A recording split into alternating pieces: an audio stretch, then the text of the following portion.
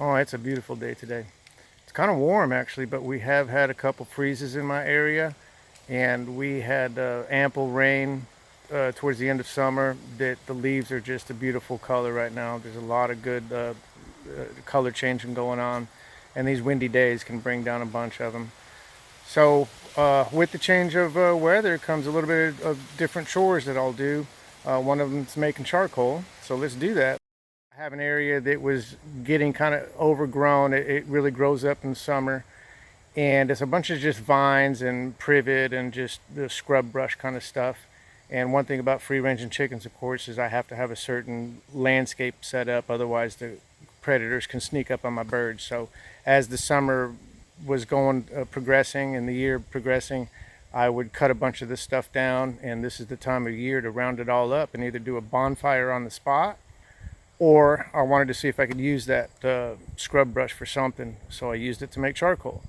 And long story short, it works, even in spite of the fact that I'm using very green white oak. It was a limb that was snapped during a storm about 2 months ago. So its bark is on, everything. I did log it up about 3 weeks ago, and but yeah, it's very green. So I did have to have several fires with this small scrub, plus the size of my setup. I'd have, I think I did 4 or 5 with sticks basically. And some of them were just rotten pretty good too. So it wasn't the traditional, the way you should do it. It was just making the most out of something that I had to clean up and burn off, and just keep it tame basically.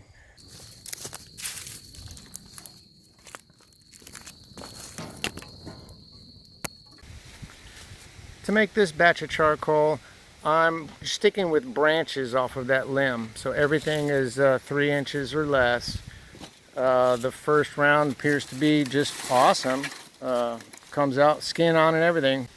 I think it's safe to say that it did take a little bit longer for the process, but this particular instance, I had the time to spare. It was very relaxing, and it was a day off to just slowly go throughout this project.